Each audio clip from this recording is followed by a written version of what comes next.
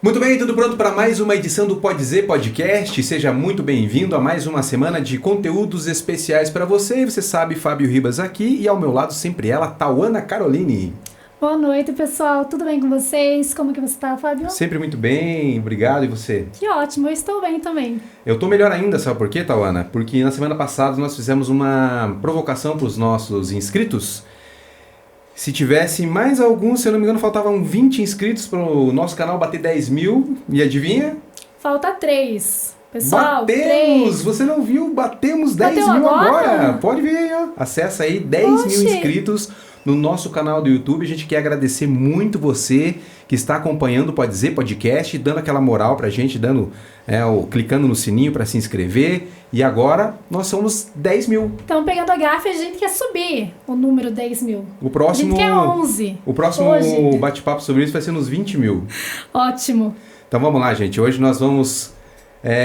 mais um bate-papo descontraído, de muita informação e de utilidade pública. Tauana vai fazer as honras e vai apresentar a nossa convidada de hoje. E hoje a gente está recebendo uma profissional de peso aqui no Pode Dizer.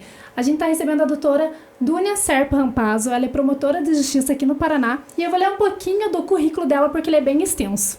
Então vamos lá. Formada em Direito pela Universidade Federal do Paraná, pós-graduada pela Fundação Escola do Ministério Público do Paraná, com ênfase em processo penal, especialista pelo Instituto de Criminologia e Política Criminal do Paraná, em Direito Penal, Criminologia e pela Escola de Altos Estudos em Ciências Criminais de São Paulo, além dos cursos de Efetividade de Direitos Fundamentais, Ambientalismo, Culturalismo e Antimáfia pela Universidade degli Studi de Roma, em Palermo.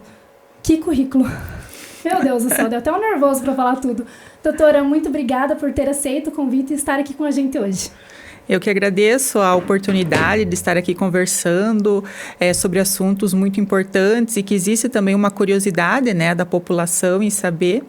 E agradeço a oportunidade de estar aqui também representando e explicando um pouco mais sobre a função do Ministério Público, na sociedade. Doutora Dúnia, muito obrigado então pela presença, um prazer conhecer a senhora pessoalmente hoje aqui. E a gente já estava fazendo um bate-papo aí nos bastidores, Eu sempre brinco que a gente já tinha que ter um canal aí só de bate-papo de bastidores, Porque nesses bastidores tem muita coisa interessante que surge e o assunto vai acontecendo e depois quando dá o REC aqui para começar, a gente acaba passando despercebido. Mas acho que hoje não vai passar nada. A gente tem muita curiosidade sobre a sua profissão, inclusive a gente vê muito nos filmes, Principalmente filmes americanos, assim, a presença, do profissional. Como que é essa ligação, como que é o dia a dia de um profissional no Ministério Público? Então, você veja, o Ministério Público, as pessoas confundem como sendo o órgão acusador no processo criminal. E também é uma das funções primordiais do Ministério Público. Mas, ao mesmo tempo, o Ministério Público ele exerce outras diversas funções na defesa dos interesses da sociedade. Tanto é que a nossa Constituição Federal prevê o Ministério Público como uma instituição essencial à justiça, mas que também serve para assegurar os direitos sociais e individuais indisponíveis. Então, dentro dessa definição das funções, existem uma série de áreas em que o Ministério Público atua em prol da sociedade. Como, por exemplo, eu vou citar a vocês a área da saúde, o Ministério Público atua para garantir esse direito social fundamental, Atua também na defesa do patrimônio público por meio da fiscalização, da aplicação dos recursos públicos.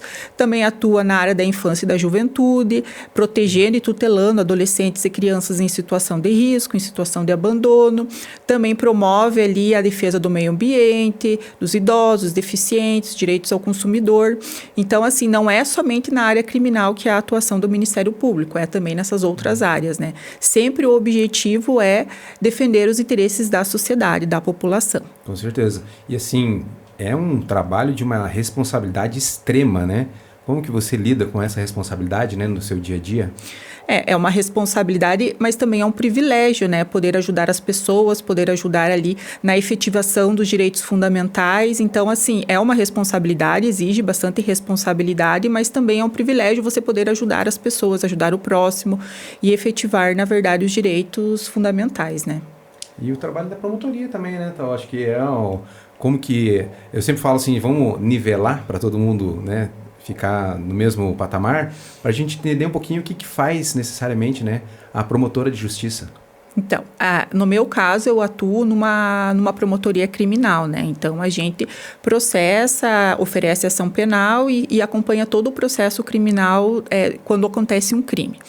Nessas outras searas, o Ministério Público também, quando ele é demandado, né, pelas pessoas, por exemplo, quando a pessoa precisa de uma internação numa UTI, pode procurar o Ministério Público, desde que haja necessidade dessa vaga pelo SUS.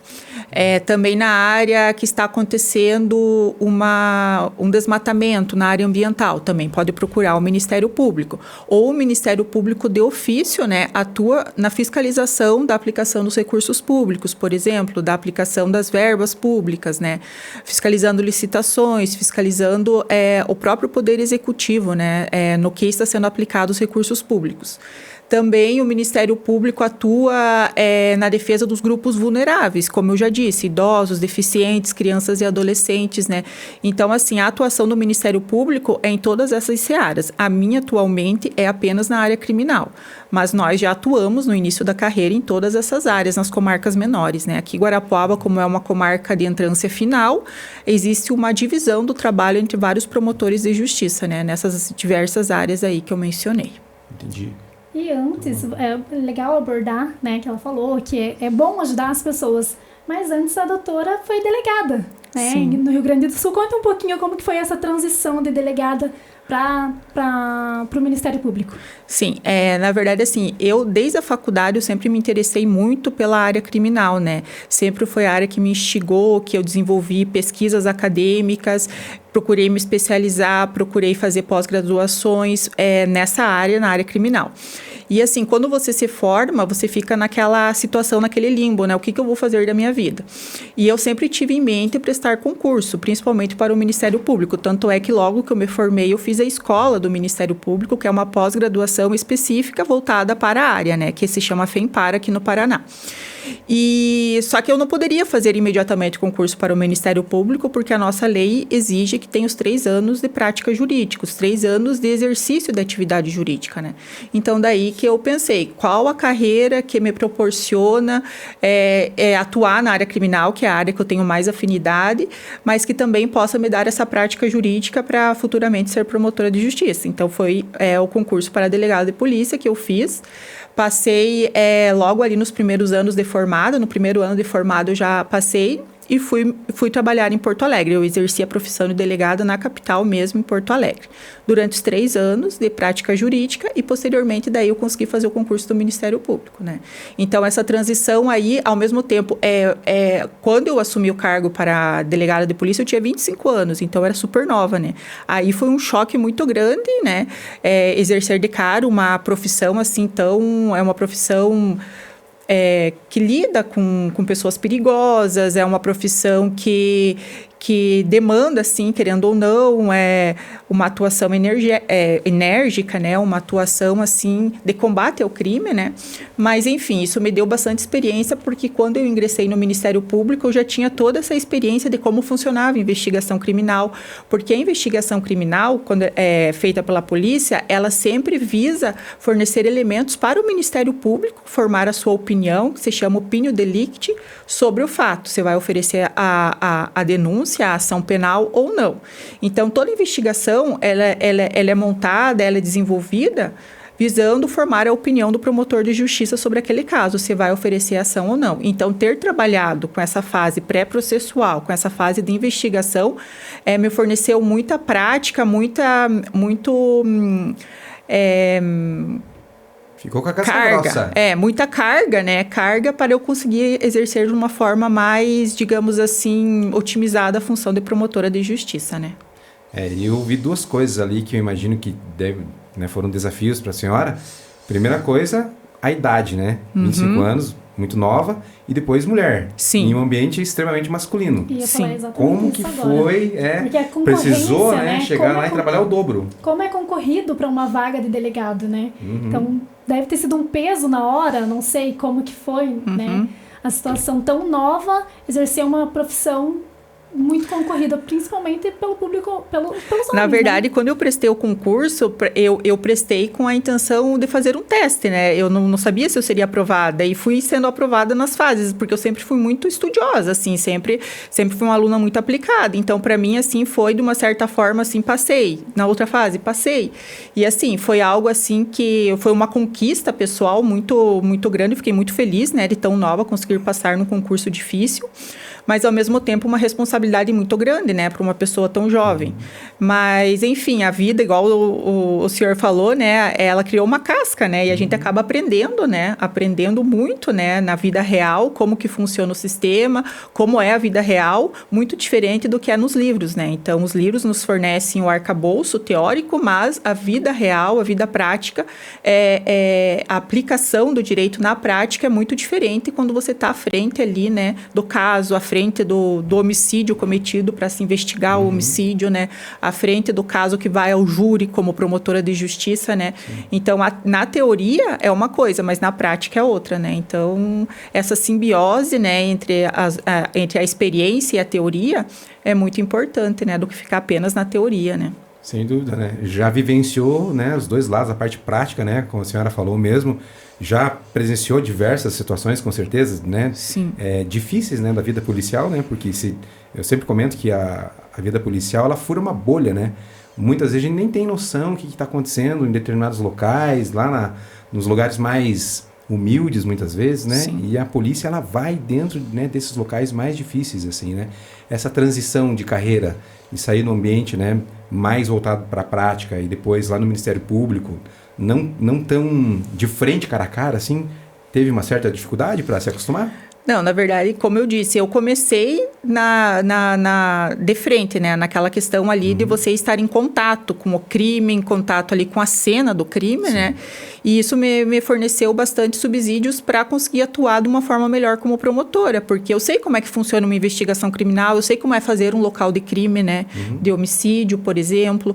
Eu sei como é que é, no calor do momento, o que é importante, né? E isso subsidia, de certa forma, meu trabalho como promotora de justiça, saber como é que é a cena do crime, né? Então, isso foi muito importante. Isso daí eu considero que foi uma das melhores experiências que eu tive, né? Para agora exercer a função de promotora de justiça, né? Estar em contato com a cena do crime, já entrou né? com uma bagagem, né? Já sabe como que funciona a primeira experiência. Vai olhar no olho da doutora, não tem conversinha. A gente já sabe como é que funciona a prática. Sim. Não tem nada de arredondar, né? Porque aí a gente já conhece as malícias, as né? artimanhas, né? Sim. Com certeza. Bom, a senhora, quando vai para casa, tem uma chavinha assim que dá aquela desligada assim dos casos do dia a dia, fica matutando, dorme tranquila, como que é? Não, na verdade, assim, a gente sempre tenta separar, né, o lado profissional do lado pessoal, mas a gente é humano, a gente é falível, né? Então, é muito difícil você conseguir se desligar totalmente, porque a gente lida com as mazelas, né? Com as mazelas da sociedade, com as mazelas da população, né? Com as mazelas das vítimas e também dos criminosos, né? Porque, querendo ou não, não é uma pessoa totalmente, como que se diz assim, ela tem um contexto, né, em que ela praticou aquele crime, né? Sim. Então a gente fica lidando ali, tentando matutar realmente, sim, refletir qual que é a melhor resposta para aquela situação, né? Como a gente vai dar maior amparo para as vítimas, como a gente também, além de promover a justiça, a gente também vai estender a mão, né? Para aquela pessoa que comete o crime, para evitar que volte a cometer novos crimes, que aprenda aquilo como uma lição, né? É difícil, mas a gente pensa bastante, mas ao mesmo tempo a gente também tem que ter esse filtro, né? Para conseguir viver a nossa vida pessoal, né? Senão não tem como sobreviver, né? E volta lá naquela conversa inicial que a gente teve sobre a responsabilidade, né? Porque são vidas que estão passando, né? Ali pelas mãos, né? Dos operadores do direito, né? Posso falar assim, dos operadores da lei, né? Enfim, pode ser absolvido, pode ser condenado, então é uma responsabilidade também, né? A liberdade de uma pessoa é muito valiosa, né? Sim. E também a justiça, né, tem que ser feita de qualquer maneira, né? Então... Sim, na verdade eu sempre costumo dizer que nós lidamos com valores, né? Valores primordiais, né, para a nossa vida. Nós lidamos, por exemplo, quando a gente atua no tribunal do júri, com a vida, né, de uma pessoa que foi ceifada, mas ao mesmo tempo nós trabalhamos com a liberdade daquele que cometeu o crime, né, que vai ser posto a julgamento, e também trabalhamos com a promoção da justiça. Se realmente a condenação vai ser a decisão mais acertada para aquele caso ou não. E abrindo um parêntese já nessa situação, eu digo que o Ministério Público, ele oferece a ação penal, ele é o que promove a ação penal, ao mesmo tempo em que ele não é obrigado a pedir uma condenação, caso as provas não estejam comprovando que aquilo realmente aconteceu. Então, nós somos um órgão que buscamos promover a justiça, né? Seja a favor da condenação, seja em casos de não existência de provas, pedindo a absolvição, né? Então, a nossa atuação não é estritamente numa linha, né? Nós buscamos promover a justiça, né? Então, é nesse sentido aí que eu digo que também é uma responsabilidade você lidar com a liberdade, com a vida das pessoas, né? Esse rótulo, né, ele acaba ficando em cima de vocês ali, que vocês vão só acusar e vão fazer de tudo, né, para que haja condenação, mas, como a doutora explicou, nem sempre é assim, né, trazer à luz ali os fatos, né. Sim, sim, e nós temos essa liberdade de ao final do processo, por mais que tenha sido oferecida a ação penal, né, no final do processo, caso não existam provas suficientes, nós pedimos a absolvição, né, porque a nossa função não é condenar a qualquer custo, é simplesmente trazer à tona a verdade, trazer à tona as provas e buscar uma decisão justa para o caso concreto, né? Que seja pela condenação ou pela absolvição. Sim. E mesmo com tanta bagagem, experiência que a senhora tem, hoje ainda é fácil, é difícil de chegar numa decisão final ali no júri? O júri, na verdade, a gente não atua apenas no tribunal do júri, nós atuamos que o tribunal do júri é apenas para os crimes dolosos contra a vida, né? Então, é o crime de homicídio via de regra, né? E nós atuamos bastante em outros tipos de crimes, como no tráfico de drogas, roubo, furto, estelionato, violência doméstica, né? Violência contra a mulher. Então, assim, a gente sempre busca, como eu disse, como já fui delegada, desde o início da fase de investigação, a gente já sabe o que vai ser produzido, o tipo de elementos de prova, porque na fase pré-processual a gente não produz prova, a gente produz elementos de prova aptos a formar o convencimento do Ministério Público pelo oferecimento ou não da ação penal. Após esse filtro, né, o Ministério Público oferece a ação penal e teremos ali a fase de produção de provas perante o juiz. E nessa fase de produção de provas perante o juiz, caso não sejam confirmados os elementos que subsidiaram na investigação o oferecimento da ação penal, pode-se pedir a absolvição ou a condenação, né? Então, assim, existem duas fases, né, praticamente, a fase pré-processual, né, e a fase processual, né? Que daí, na fase processual, também tem o advogado que realiza a defesa, né, dos réus, né? E o Ministério Público que sustenta a acusação. Quanta coisa, né? Você ia falar bastante coisa, por isso que eu talvez seja um pouco demorado mesmo. Né? E até ia perguntar para a doutora Duni, por exemplo, para deixar até mais, né, prático para nossa audiência e para a gente também, um exemplo assim, de uma prova, por exemplo, que poderia ser anulada porque alguma falha no processo, alguma coisa que o próprio Ministério Público avalia nessa questão, para não contaminar, digamos assim, um processo em andamento.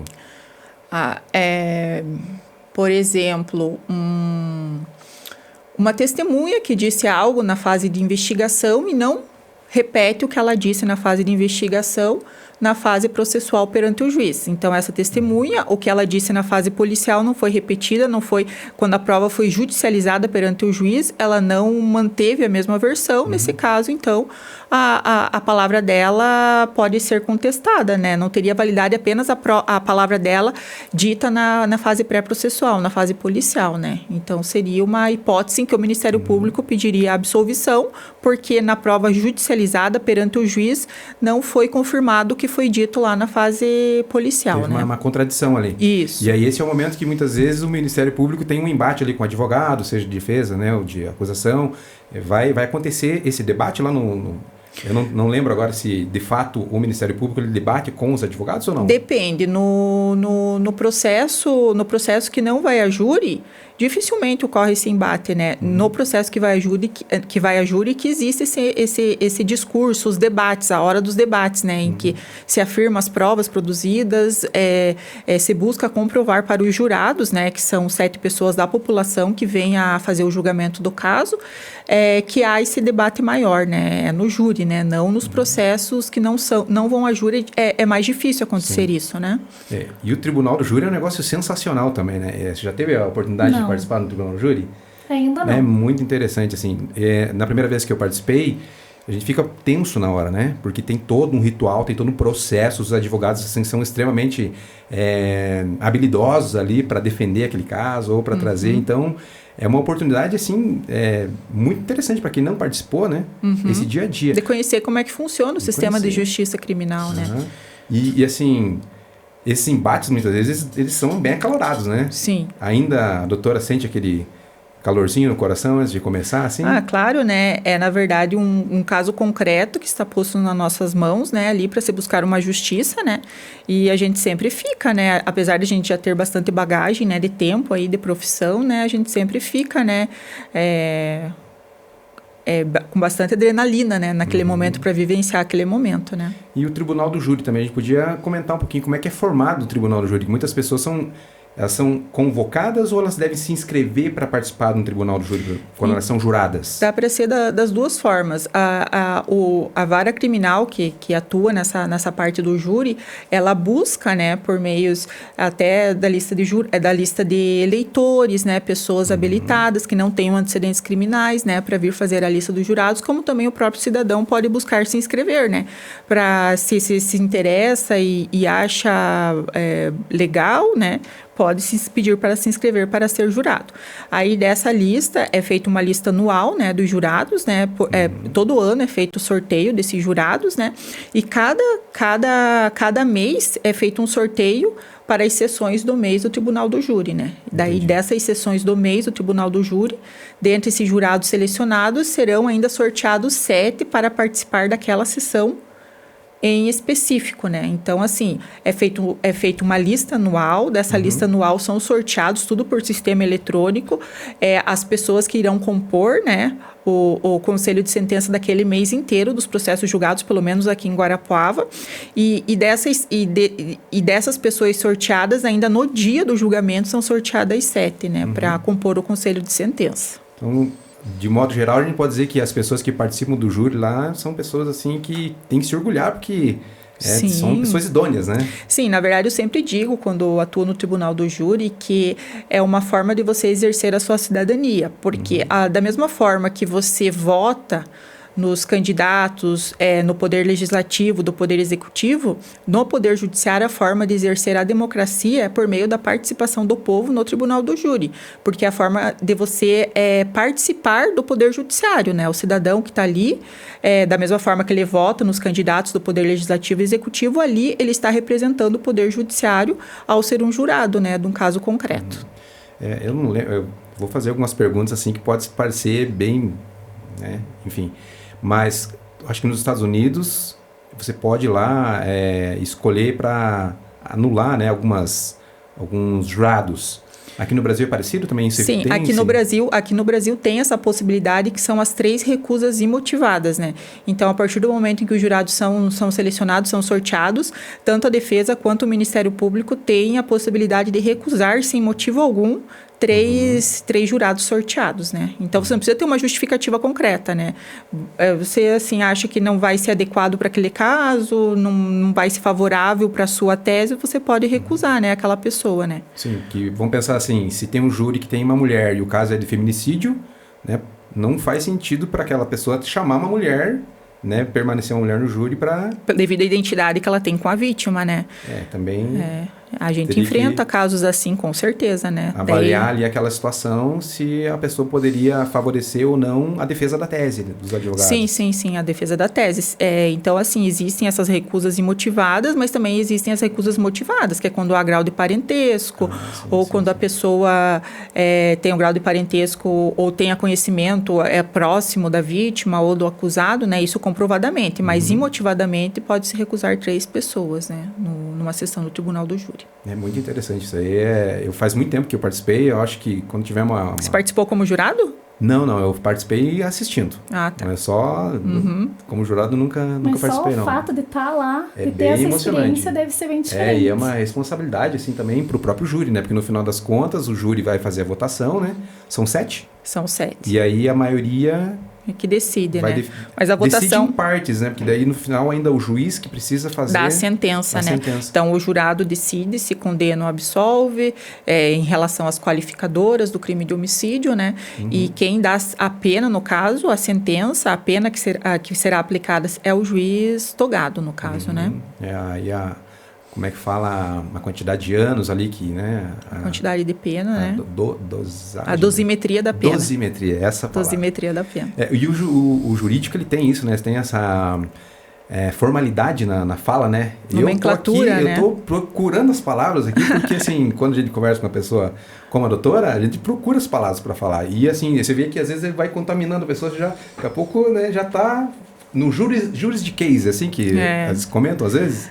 Mas a gente procura, hoje em dia, isso daí é algo muito antigo, né? Hoje em dia a gente procura sempre usar termos e palavras que nos aproximem, né? Da pessoa, né? Do leigo, né? Que um leigo leia ali e consiga entender. Eu evito, pelo menos, a usar muito termos, assim, técnicos, né? Mas tem hora que não tem o que fazer, tem que usar, né? É impossível, eu imagino a cabeça de vocês, como é que não funciona, porque o nível de inteligência que vocês têm, o estudo, né, diário... A gente só vê só para Vademecum, né? Que fala... Vademecum é um conjunto de leis, né? Que nós só aquilo estudamos. É uma bíblia, né? Que estudamos, né? Para entender as leis, né? Mas aquilo lá é apenas as leis. E você tem que estudar a interpretação das leis. E aí que vem a doutrina, né? Os livros, né? Que você precisa ler muito livro. Então, vocês têm que fazer o uso do estudo mesmo na conversa, porque é impossível. O dialeto muda, né? No início dialeto aqui da nossa conversa, eu ia usar o termo opinio delicti, que é em latim, que significa a opinião que o promotor de justiça vai ter em relação a um crime cometido. É opinio delicti, que se chama, né?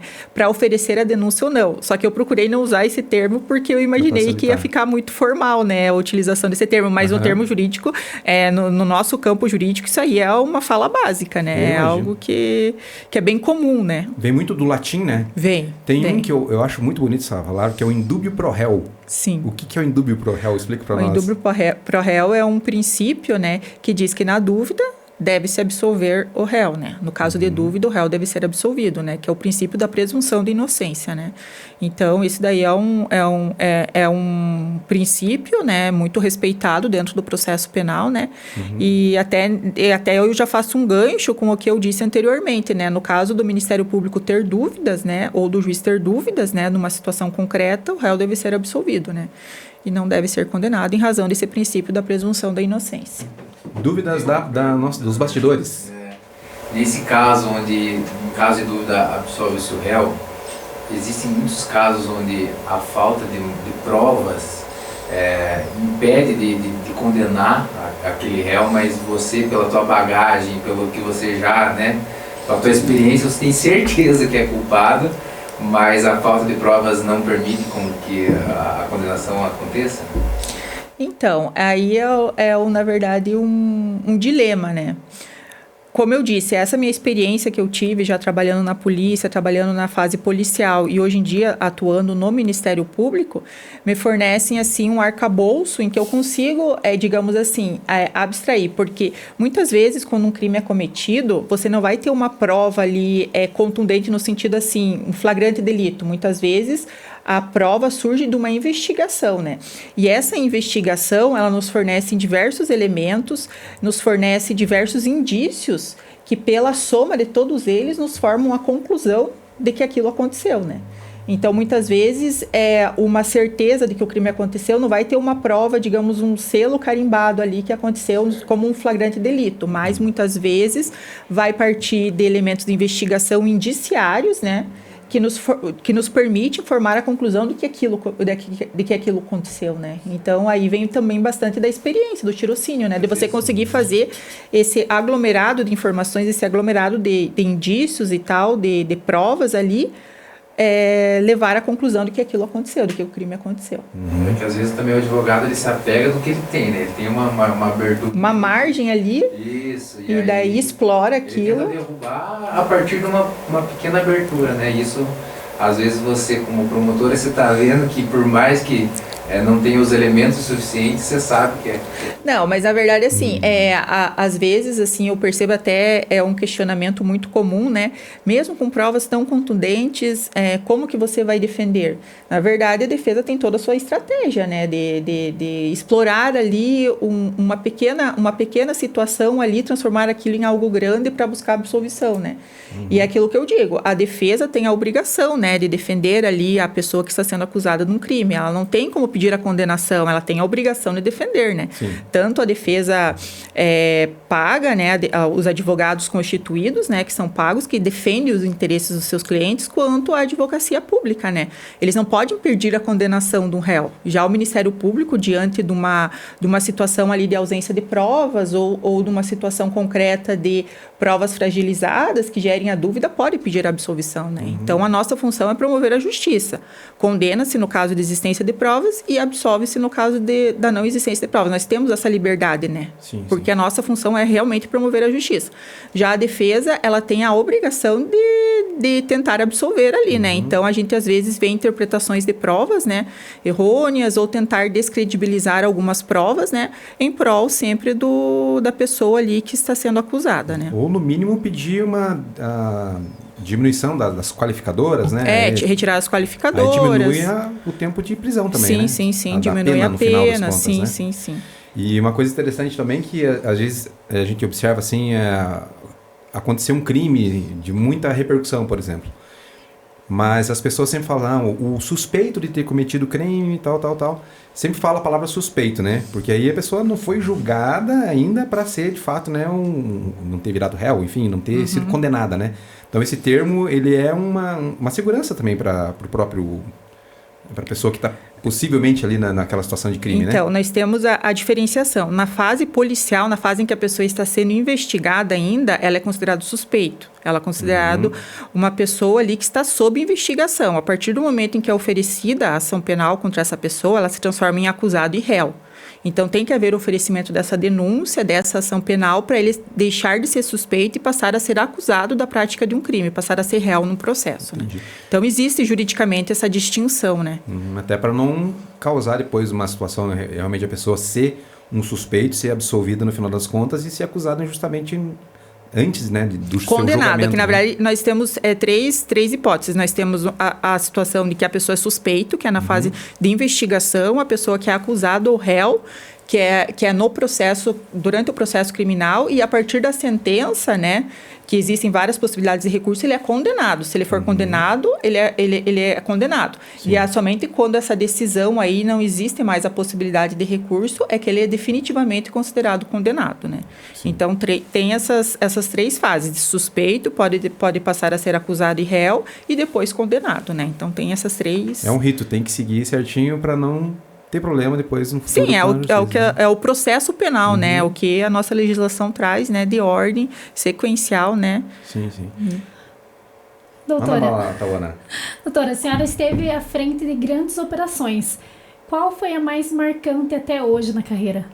Então, toda investigação, ela tem a sua importância naquela época, naquele momento, né? Então, eu fiz bastante investigações criminais, mesmo sendo promotora de justiça, porque o Ministério Público possui esse poder investigatório, em outras comarcas menores onde eu trabalhei, que não tinha tantos promotores, e também a polícia, muitas vezes, ela tinha carência de recursos humanos, né, e não conseguia desenvolver um bom trabalho de investigação. Então, aí eu utilizei já a bagagem que eu trouxe como delegada para realizar investigações criminais, porque o Ministério Público tem esse poder, né, de investigação. Então, naquela época em que aconteceram essas operações que eu presidi, né, foi muito importante para a sociedade local, porque diminuiu bastante a criminalidade, as pessoas que cometiam crimes foram presas, né? Houve uma resposta social, uma resposta, né, do Poder Judiciário à prática de crimes, né? E foi muito importante na época ali para a sociedade na qual eu trabalhava, na comarca onde eu trabalhava. Aqui em Guarapuava já nós temos órgãos especializados que fazem a investigação criminal. Nós temos o GAECO, que faz investigação criminal aqui. Nós temos a polícia muito bem preparada aqui em Guarapuava. Nós contamos com vários delegados de polícia, contamos com bastante agentes, né, de polícia judiciária aqui, que fazem, às vezes, que conseguem realizar esse serviço de investigação que muitas vezes nas comarcas do interior interior, a gente não tem essa quantidade de recursos humanos aí para trabalhar nessa frente. Então, foi nesse contexto aí que eu realizei essas operações aí, né? Que foram há um tempo atrás, porque eu estou aqui na comarca de Guarapuava já há 8 anos, né? Então, foram operações que aconteceram há 7, 8 anos atrás. Todas tiveram sua importância na época lá para a sociedade local, né? E eu pude contribuir. Eu saí de lá muito satisfeita, né? Eu saí lá dessa antiga comarca que eu estava de uma forma muito... me sentindo, assim, que contribuí para aquela sociedade, né? Na época em que essas operações ocorreram, né? Sim, e assim, eu acho que a sociedade saiu também com tem... uma sensação de dever cumprido dela. Sim, Certamente, a população também reconheceu muito porque você leva o título, né, de guardiã do Norte Pioneiro. Sim. É um orgulho isso, né? Sim, é um orgulho, né? Na verdade, é uma honra, né? Como já se diz, né? Junto com grandes poderes vem grandes responsabilidades. Então, ao mesmo tempo que você tem grande responsabilidade, esse reconhecimento pelo seu trabalho feito é muito bom, né? É um privilégio isso, né? Ter o seu trabalho reconhecido, né? Sim, e assim, eu tenho uma curiosidade agora que não tem nada a ver com a parte, né, mais técnica, acho que até tem, mas quem que dá os nomes para as operações? Que eu tenho algumas operações aqui que a senhora participou, Operação Alcova, Transbrasiliana, Atrox, fazem um brainstorm, assim, vamos chamar um pessoal aqui para a gente dar um nome para essa operação? Como que surge esses nomes? Isso daí é, na verdade, como que se diz assim, da criatividade, né? Você vê, por exemplo, essa Transbrasiliana, eram crimes que eram cometidos ali naquela rodovia chamada Transbrasiliana, né? As pessoas utilizavam aquela rota ali para praticar o crime. Qual outra? A Alcova. Foram operações que, na verdade, assim, desmantelaram ali situações de exploração sexual, né, de menores, né? E tem a ver com o nome, Alcova, né? A Trox foi uma operação que investigou o tráfico de drogas, mas também atos de corrupção, né? Então, assim, considera-se atrocidade, né? Atos de corrupção. Tem a perjúrio aí também, né? Que foram situações em que houve, na verdade, agentes públicos, né? Vendendo informações, prejudicando, né?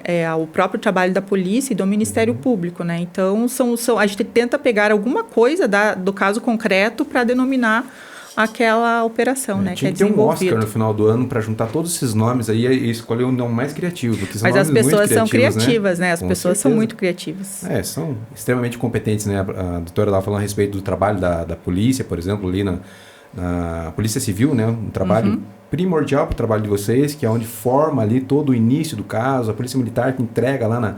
Então, assim, é um trabalho a várias mãos, né? Vários órgãos, inclusive, envolvidos, né? Sim. E, assim, nem sempre com a quantidade de profissionais necessários, né? Então, é um trabalho que tem que ser muito respeitado, né? Sim, com certeza. Sempre louva o trabalho da polícia, tanto da Polícia Civil quanto da Polícia Militar. Trouxemos aqui outro dia o Major Cubas, né? Batemos um papão muito legal aqui com ele. E assim, a gente tem muito orgulho, né, desse trabalho que vocês fazem, né? E respeita muito também. Sim. E a integração dos órgãos é essencial para que a gente consiga combater o crime, né? Então, a gente vive situações aí em que o crime está dominando, né? Sim. Dominando o nosso país, as facções criminosas, e essa integração entre a polícia, o Ministério Público, o Poder Judiciário e os órgãos que fazem a investigação criminal é essencial para que consiga haver um combate, né? De fato, né, a criminalidade que nós vemos aí cada vez se desenvolver mais, né, no nosso país e no mundo. Agora, mesmo com todos esses esforços, né, reunidos de todos os órgãos, né, das polícias, enfim, do Ministério Público, a gente percebe também que o sistema prisional, ele tem diversos problemas, né? Qual que é a sua visão hoje a respeito desse sistema prisional hoje, brasileiro? A nossa legislação prevê que a pena privativa de liberdade ela deve ressocializar. Mas, no fundo, nós não vemos isso, né? Nós vemos instituições superlotadas, instituições insalubres, né? Que impossibilitam qualquer forma de reabilitação ali, né? Qualquer forma de exercício ali de uma reabilitação do preso, né? Mas, ao mesmo tempo, nós vemos ali dentro do sistema prisional o fortalecimento das facções criminosas, né? Que passam a dominar ali, nesse vácuo deixado pelo Estado, né? Passam a dominar ali os presídios, né, a parte interna dos presídios, fornecendo proteção e assistência aos presos em troca deles se filiarem a essas facções criminosas. Então, nesse vácuo deixado pelo Estado ali, e no crescimento dessas facções criminosas dentro do estabelecimento prisional, tornam praticamente impossível uma possibilidade de ressocialização. É bem complicado isso, né? E a gente percebe até nas cidades menores, hoje, a presença dessas facções, né? A gente via antes ali mais São Paulo, Rio de Janeiro, Minas, né? Essas mais famosas, e elas, assim, hoje estão em cidades pequenas, né? Hoje eles estão presentes em todos os lugares, né? Inclusive facções. A briga entre as facções, né? O conflito entre as facções criminosas. Né? Para dominar o território. Sim, e essa questão, abordar essa questão aí do sistema prisional, da ineficácia dele em ressocializar, é um paradoxo. Por que eu acho isso? Porque o Estado, ele também é falho na questão de investir em políticas públicas, na questão da educação, da saúde, já não tem dinheiro para isso. E ter que investir também nos estabelecimentos prisionais, como que vai deixar de realocar um recurso na saúde, na educação, no direito à moradia e realocar nos presídios? Mas é um paradoxo, porque se não houver esse investimento também nos presídios, as pessoas dali saem pior do que entraram, né? Então, assim, como que fazer essa balança aí, né? O que é mais importante, né? É um paradoxo isso, nem eu sei responder, né? É extremamente difícil e não é nada fácil de resolver, senão já teriam resolvido, né? Sim, é algo extremamente complexo, né? E eu falo assim, quem teve a oportunidade de conhecer como que é esse sistema, quem já visitou uma delegacia, por exemplo, tem que pensar 10 vezes antes de cometer um crime para não cair lá dentro, porque é um lugar extremamente, assim, hostil, terrível, insalubre, né? Insalubre, então... É dificílimo. Então, além de, né, ser um peso, fica aí na mente da pessoa nunca cometer um crime para não parar. Mas as dentro pessoas de uma continuam cometendo crimes. Infelizmente. E saem e continuam cometendo. Voltam, saem e... Sim, é um ciclo vicioso, né? E ao mesmo tempo que, até a doutora comentou, né? Ao mesmo tempo que o Estado recua, o crime avança, e essa briga é uma briga praticamente infinita, né? A gente sempre ouviu falar nisso e parece que nunca vai ter fim. É verdade. A gente pode ter esperança um dia ou é utopia? Na verdade, assim, por que existem crimes? Porque existem leis, né? E essas leis existem para, digamos, possibilitar o convívio em sociedade, né? Então, sempre vai ter alguém que descumpre uma regra, que descumpre as leis, né? Então, é impossível dizer que vai se acabar com o crime, né? E eu acho que isso não existe. O que existe é a possibilidade de você diminuir, né, os índices, né, criminais, os índices de criminalidade, e também combater, né? Como que se diz assim, deixar... transformar o crime em algo desvantajoso para a pessoa que comete o crime. E hoje em dia a gente vê uma inversão de valores, porque hoje em dia, usando um brocardo, o crime compensa hoje em dia no nosso país. Nossa. Em razão da impunidade, em razão das penas brandas, em razão da ausência do Estado, né? Em não punir. Em não punir, né? Impunidade, né? Impunidade, né? Sente uma frustração, assim, às vezes um trabalho duro para colocar ali alguém atrás das grades que merecidamente, né, deveria estar ali, e dias depois ele está solto? É uma situação, assim, bem difícil, mas, assim, o nosso ideal é sempre buscar fazer a justiça, né? Então, mesmo que aconteça isso, nós vamos continuar trabalhando e continuar combatendo o crime, né? Mas é difícil, é complicado. Aqui no nosso país, a gente vê muita impunidade, né? A gente vê leis muito brandas, a possibilidade de progressão de regime sem ter cumprido a pena, né?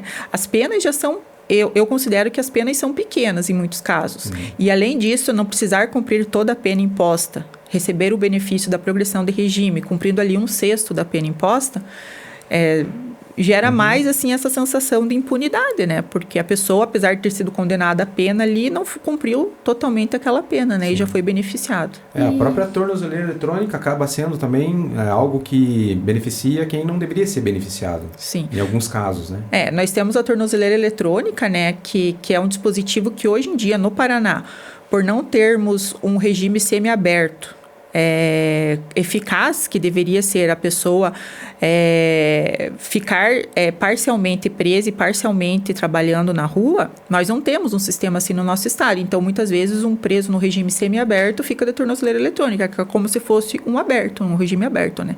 Só fiscalizado por tornozeleira eletrônica. E muitas investigações que vêm ao Ministério Público, que se transformam em processos, elas conseguem ser desvendadas porque a pessoa estava utilizando tornozeleira eletrônica. Consegue fazer um mapeamento de onde essa pessoa estava e identificar ele como autor de um crime por estar com tornozeleira eletrônica. E o que impede a justiça de ser mais firme nas punições mesmo? Então, eu acho que o que vai desmotivar uma pessoa a praticar crime é a certeza da punição. Então, se a pessoa tiver a certeza de que praticando um crime ela vai ficar presa o tempo total do que foi condenado, isso vai ser um desestímulo, né, para ela praticar crimes. Mas também eu vejo que a diminuição desses benefícios, né, que são concedidos hoje, não cumprir a pena total de um crime, isso acaba sendo um incentivo, né, para as pessoas praticarem crimes, né? Então, essa sensação de impunidade. Eu até estava acompanhando essa semana, a Câmara dos Deputados aprovou um projeto de lei para aumentar a quantidade, né, de ter que cumprir pena no regime fechado para os crimes hediondos. Então, hoje em dia, a pessoa consegue fazer a progressão de pena em crimes hediondos cumprindo 2/5 da pena, né, se for primário. E aí eles estão querendo alterar isso para que cumpra pelo menos 80% da pena, né. Então, já foi aprovado na Câmara dos Deputados e está encaminhando-se ao Senado esse projeto de lei para ser aprovado. Então, nesse caso, por exemplo, no crime hediondo, que é o homicídio qualificado, a pessoa pega ali uma pena de 20 anos, né. Ela, tendo que cumprir 80% da pena, seria 16 anos, né? Então, quase próximo ali do total da pena que, digamos, foi fixada, supostamente, né? Aí, ter que cumprir só 2/5 e 20 anos seria 8 anos, né?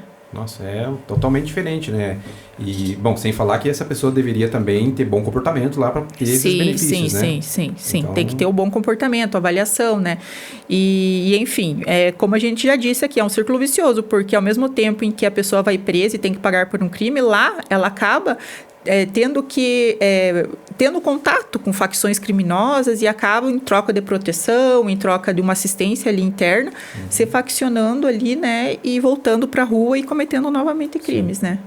Tem outro caso que é das saidinhas também, né? Essas saidinhas, né, que beneficiam no final de ano, enfim, também acaba não voltando, né, para cumprir a pena. Então, meio que assim, fechar os olhos, vão abrir a porteira e vamos ver quem volta? E se você for ver estatisticamente, as pessoas que saem nessas saidinhas, aí elas não voltam. É muito raro voltar, né?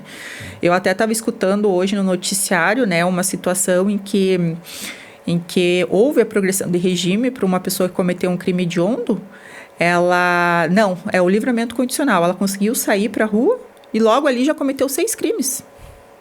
Nossa. Nessa saída que ela teve ali para a rua, né? Então, assim, se você for ver, esses benefícios que as nossas leis trazem, né, na verdade, assim, trazem aquela crença de impunidade, né, que realmente o sistema não funciona, né. E aí pode ocorrer, né, várias vezes ocorrem que ele comete esse crime e não é pego, então ele só vai existe ter a problema cifra com a negra justiça. da criminalidade, a cifra negra, que é os casos em que não são desvendados pela polícia. O crime aconteceu, a gente sabe que o crime aconteceu, mas não temos a autoria, é a cifra negra, né? E tem casos em que a autoria é identificada, mas existem muitos casos que a mesma pessoa cometeu, mas ela não foi identificada como sendo o autor daquele crime, né? Então, é bem difícil. Assim, por exemplo, no caso de homicídios, há um estudo há um tempo atrás, ela determinou que 92% dos casos não tem autoria definida de homicídios, né?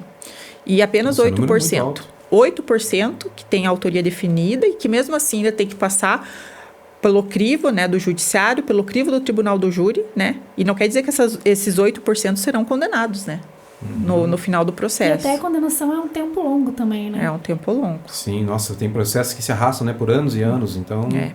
Mas assim, isso também não é culpa do Poder Judiciário ou do Ministério Público.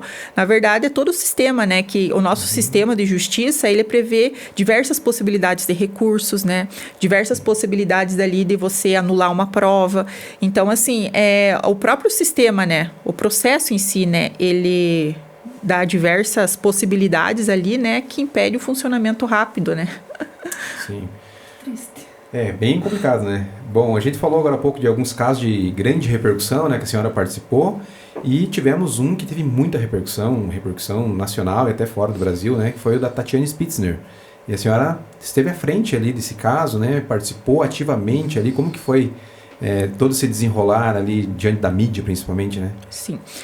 No caso da Tatiane, eu atuei na fase investigativa, né, na fase pré-processual e na primeira fase do procedimento. Porque quando o procedimento vai para o tribunal do júri, que é um crime doloso contra a vida, ele tem a fase policial e judicial, e temos duas fases. A primeira fase, que é perante um juiz togado, que ele vai ver se existe indícios de autoria e prova da materialidade para ser julgado pelo tribunal do júri, né? Então, eu atuei somente nessa primeira fase do processo dela. Daí, a segunda fase foi outro promotor que atuou, porque eu estava, na verdade, foi a época da pandemia, eu estava gestante ali e tal, e não tinha condições ali de saúde, enfim, para participar dessa segunda fase do processo, né? Mas na primeira fase eu participei, sim. E como que foi, assim, a notícia quando a senhora recebeu essa informação? Recém-chegado em Guarapuava. Sim, pegou um caso. Extremamente, né, terrível que aconteceu, assim. Como é que foi o impacto, assim? Vamos deixar um pouco de lado agora a profissão. Como mulher, como que a senhora recebeu essa? Sim, né? Foi algo chocante, né? Porque foi um caso muito emblemático, né? Tanto para o nosso país, né? Para a violência de gênero, né? Contra a mulher, o homicídio contra a mulher, né? Ter essa nomenclatura de feminicídio foi o caso que trouxe à tona essa própria nomenclatura do feminicídio para o homicídio cometido contra a mulher, né? Como também foi um caso assim que desde o início, quando eu tomei conhecimento da situação, eu procurei já participar ali da fase investigativa para já meio que entender ali a produção de provas, o que seria necessário, né? O que seria producente, né, para formar ali esse caso, né? E identificar, no caso, as circunstâncias, a autoria, o que seria importante, né, E os bastidores ali, porque assim, teve muita, né, repercussão, muita gente envolvida, né, advogados de fora, enfim.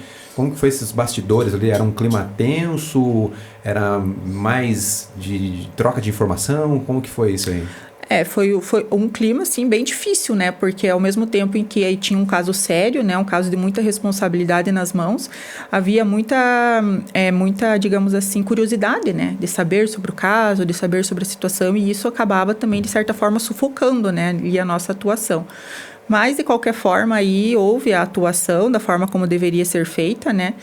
Pelo Ministério Público, né? Enfim, foi julgado o processo pelo Tribunal do Júri, a decisão foi soberana e houve a solução para o caso, né? Mas é tenso, né? Em situações, assim, de casos de repercussão, assim, trabalhar com todas essas dinâmicas, da responsabilidade que o caso traz, a lidar com a curiosidade, né? De populares, mídia, da né? mídia em todo si, mundo né? Queria saber, né? Sim, sim. Mundo Isso acaba saber. sufocando, né? Com certeza. Teve contato com jornalistas de fora, o pessoal Teve, procurou sim. a senhora especificamente, assim? Procurou saber o que estava acontecendo, né? Porque, assim, a partir do momento que tinha um passo na polícia, eles vinham procurar saber o que ia acontecer. Eles sempre queriam saber o que ia acontecer antes de acontecer, né? Então, assim, foi assim, uma situação, acho que foi a situação de maior, assim, repercussão, assim, que eu já tive contato de um caso, né? Até porque procura o seu nome, às vezes, na internet, no Google, enfim, sempre está atrelado ao caso da Tatiana. Sim, então, sim. Foi...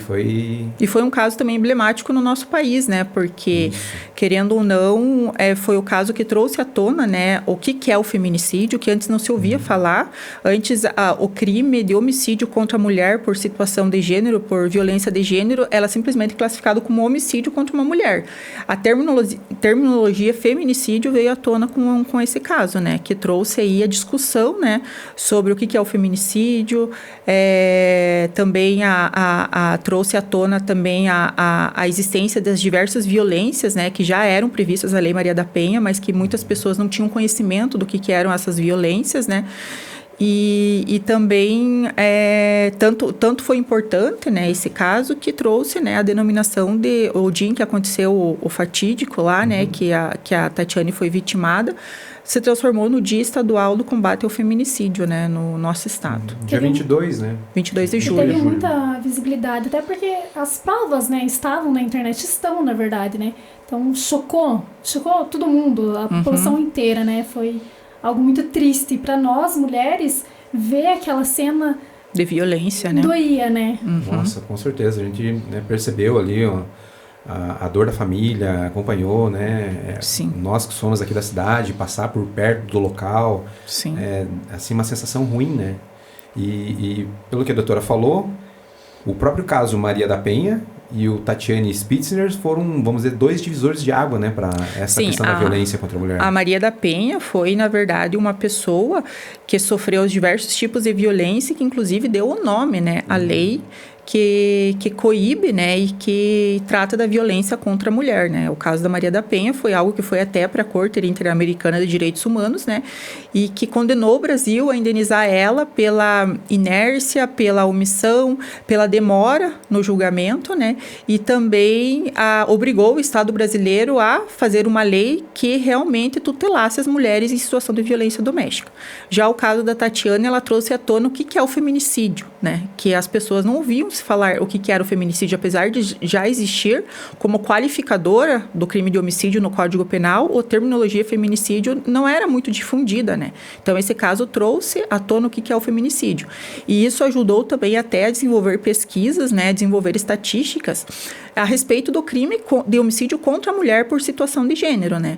Então, daí isso propiciou um maior estudo, o maior, digamos assim, pesquisas, né? Estatísticas para trazer digamos assim, à tona, né, o homicídio cometido contra a mulher. Tanto é que, atualmente, quando aconteceu o caso da Tatiane, o feminicídio era uma qualificadora do crime de homicídio, né, o do homicídio normal.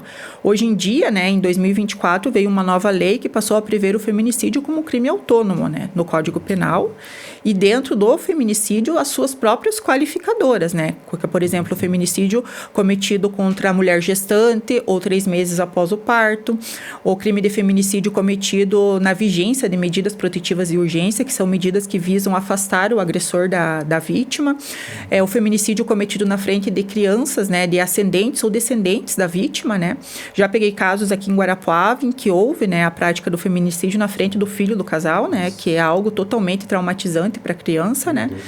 E também crimes cometidos contra menores de 14 anos, maiores de 60 anos e deficientes. Então, assim, o feminicídio passou a ser um crime autônomo no nosso Código Penal, né? E também a ter as suas próprias qualificadoras, que seriam essas, além das qualificadoras já do homicídio comum. E, enfim, foi um caso assim que trouxe, no caso, essa discussão, né? E os estudos estatísticos demonstram que é um crime muito cometido. Nós temos aí uma estatística que a cada 6 horas uma mulher é assassinada no Brasil por situação de violência de gênero, né? E em razão desses dados alarmantes aí é que nós vemos aí um crescimento da legislação, né? Um tratamento diferenciado da legislação, né? Para coibir esse tipo de violência, né? Inclusive a pena do feminicídio agora é a pena maior do nosso Código Penal, que é de 20 a 40 anos, né? Com essa mudança aí na lei em 2024. Olha, que informação relevante é essa que a doutora trouxe aqui pra gente. Eu não sabia dessa questão aí, que agora o feminicídio se tornou o crime autônomo, como chama? O crime autônomo. Antes, o crime cometido, o feminicídio contra a mulher por situação de violência de gênero, era uma qualificadora do crime de homicídio normal. Ele vinha, né, em cima de outro crime. Não, era uma qualificadora. Era uma causa que aumentava a pena, né? Isso. É como se fosse uma qualificadora, por exemplo, contra a mulher por situação de violência de gênero. É como se fosse um motivo torpe, um motivo fútil, um recurso que dificultou a defesa da vítima. Era uma qualificadora dentro do homicídio. E atualmente é um crime autônomo. Existe o feminicídio, que é o artigo 121A do Código Penal, que é um crime próprio, né? Que tem as suas próprias qualificadoras também, que são essas que eu mencionei aqui, né? Veja o quanto que foi relevante, né? Que mudou a própria lei, né? Então, foi extremamente relevante isso e, assim, impactante e, infelizmente, precisou acontecer. E trouxe à tona a discussão, né, sobre a gravidade do que é um crime cometido, né, contra a mulher na situação da violência doméstica, né. Tanto é que, inclusive, a pena, né, foi aumentada, passou a ser de 20 a 40 anos, que é a pena maior que nós temos no nosso Código Penal hoje. Outras coisas também mudaram, né? Eu acho que próprios mecanismos da Polícia Militar, com Patrulha Maria da Penha, tem, se eu não me engano, o botão de alerta, botão do pânico, sim. Isso também não existia. Começou a a ocorrer depois. Sim, veio à tona, né, essa situação. Que, na verdade, assim, antigamente existem certos comportamentos que não eram vistos como violência, né? E a partir de alguns casos emblemáticos passaram a ser vistos como violência. Por exemplo, a violência psicológica e emocional contra a mulher. Antigamente não se existia um crime específico para isso. Apesar de haver a previsão da violência psicológica na Lei Maria da Penha, que é uma lei de 2006, não havia um crime específico para isso. E atualmente nós temos um crime específico para isso, que é o crime de causar dano emocional à mulher, e também o crime de perseguição, que é o stalking, que é pessoas que perseguem nas redes sociais ou perseguem fisicamente a mulher, né? E a mulher não quer saber, não quer contato e tal. Então, nós temos hoje em dia crimes que tutelam a violência psicológica sofrida pela mulher, né? Que antigamente não existia, né? Tem um cuidado maior em cima, né? A lei hoje está protegendo mais a mulher. E em relação às medidas protetivas, doutora, acompanha assim, um aumento nessa emissão dessas medidas protetivas? Ou antigamente não era muito utilizada? Como que é a visão hoje? Conforme foi se esclarecendo a população o que é a violência doméstica, o que é a violência contra a mulher, as mulheres foram tendo mais consciência de que algumas condutas que eram em tese toleradas antes passaram a ser, elas entenderem que aquilo é uma violência, né? E passaram a procurar também o Poder Judiciário para, digamos assim, se protegerem, né? E as medidas protetivas de urgência entram nesse cenário, né? De proteção à mulher que se sente perseguida, da mulher que não quer aproximação, não quer contato, quer o afastamento do lar daquele agressor, né? Então, as medidas protetivas vêm, né, com essa finalidade aí de proteger a mulher. E existe muita demanda de medidas protetivas, com certeza, né, no Poder Judiciário. E como que funciona na prática? Porque a medida protetiva, vamos pensar assim, às vezes a pessoa ela ignora a lei, então ela recebe lá uma medida protetiva que é uma folha de papel. A partir de hoje você não pode chegar mais próximo da sua ex-esposa, enfim. Será que isso pode gerar assim, uma situação, mas é só uma folha de papel? Isso não é tem... um crime. O descumprimento da medida protetiva hoje em dia é um crime, né? É o artigo 24A da Lei Maria da Penha, que prevê um crime autônomo para o descumprimento de medidas protetivas. Então, ele está descumprindo uma ordem judicial e vai sofrer as consequências disso. As consequências é responder pelo crime de descumprimento de medidas protetivas e também poder ser preso. É uma hipótese de decretação da prisão preventiva hoje em dia ao descumprimento de medidas protetivas. E aí entra também a importância da Patrulha Maria da Penha. Às vezes, a vítima vem reportar, ele não está cumprindo a medida protetiva. Aí entra a Patrulha Maria da Penha e vai lá advertir, o senhor, tivemos notícias do que o senhor não está cumprindo, então a gente vem aqui adverti-lo de que, caso novamente isso aconteça, né, você vai poder ser processado por crime autônomo e também ter a sua prisão preventiva decretada, né? Tem que levar muito a sério, então, isso, né? Tem. Porque, como a doutora falou, isso daí pode agravar ainda mais as situações. E, claro, as mulheres têm que se sentir seguras de fazer esse pedido, essa solicitação. Sim. Né, para se proteger. É um mecanismo de proteção também, né? Com certeza. Doutora, existem políticas públicas e redes de apoio suficientes para essas vítimas? Então, isso varia, né, de cidade para cidade. Por exemplo, Guarapuava, né, que é onde a gente está aqui hoje, existe uma rede muito boa, muito grande de proteção. Inclusive, existe uma secretaria municipal de apoio à mulher, né, vítima de violência. Então, essa Secretaria da Mulher aí, ela promove medidas ali para dar um amparo para essa mulher, um amparo psicológico, um amparo assistencial, até um abrigo, né, para mulheres que precisam deixar a residência, deixar o lar. Também oferecem serviços jurídicos, né, porque na área criminal o Ministério Público tutela ali o interesse da mulher, a parte criminal, mas muitas vezes fica a outra parte, né, a resolução dos outros conflitos que essa mulher enfrenta ali na relação doméstica, que é, por exemplo, a guarda dos filhos, o divórcio, a pensão alimentícia. E essa rede de apoio aqui em Guarapuava fornece esses serviços de apoio jurídico também nessas outras áreas aí, para que a mulher consiga, na verdade, se livrar daquela relação abusiva, né? Então, aqui em Guarapuava é bem estruturado, é muito bem estruturado.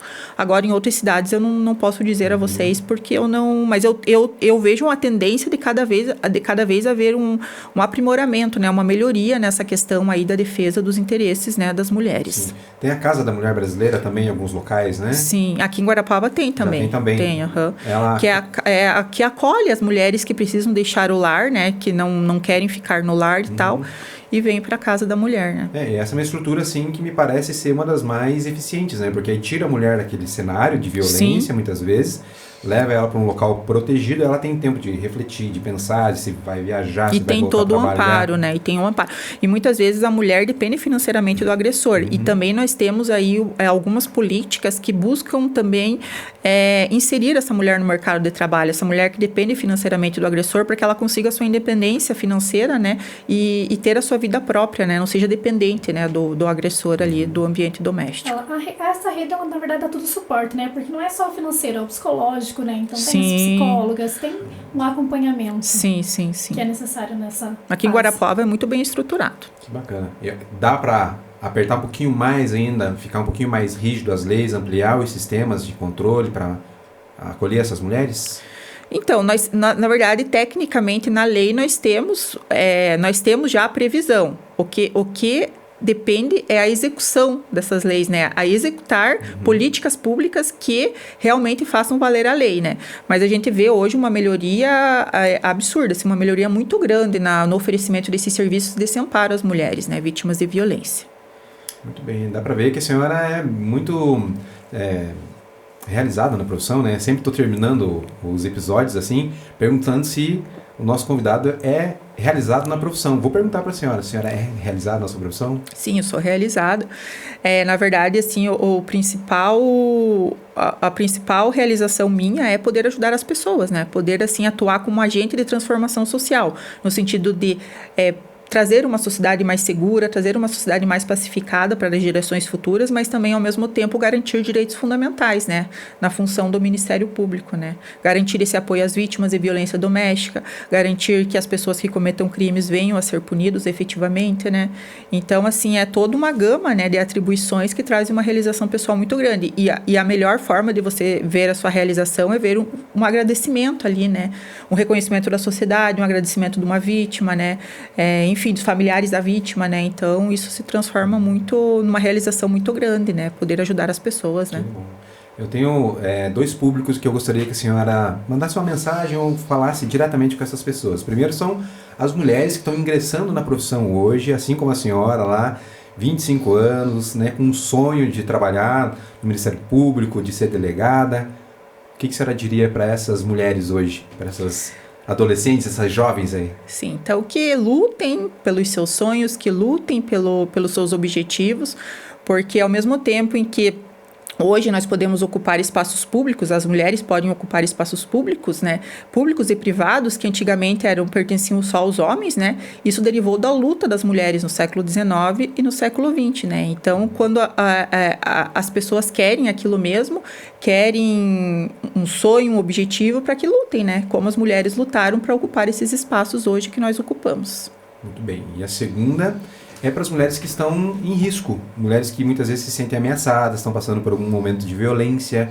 O que a senhora poderia dizer para elas? Confiem no Ministério Público, confiem na Justiça? Sim, procurem, né, as delegacias. Hoje nós temos delegacias especializadas, né, de proteção à mulher, aqui em Guarapuava inclusive tem. Procurem o Ministério Público, tragam à tona essa situação de opressão que vocês vivem, né, que vocês vão encontrar amparo no Poder Judiciário, no Ministério Público, na polícia, né, para que saiam desse ciclo da violência, para que saiam desse ambiente hostil, né, e tenham, na verdade, uma vida plena, né, sem esse âmbito de violência, né, sem estar inserida nesse ciclo da violência, né.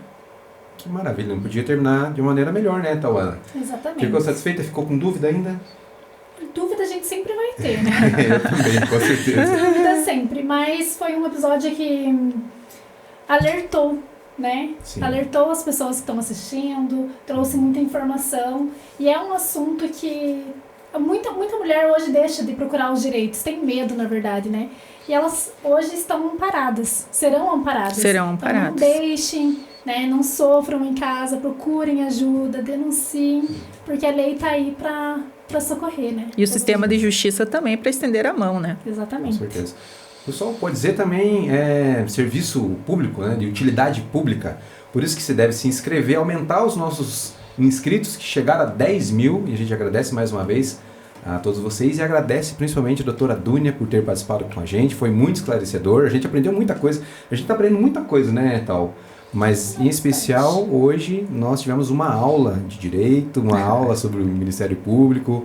Agradeço muito a senhora. Então, tá bom. Muito obrigada. Eu que agradeço também. Né, ter uma mulher nessa posição, né? Deixa a gente orgulhosa. Vocês estão de parabéns. É isso aí, então. Gente, beijo, até o próximo episódio, que vai ter um convidado também, ó, pra lá de especial. Valeu, até o próximo. Tchau, tchau.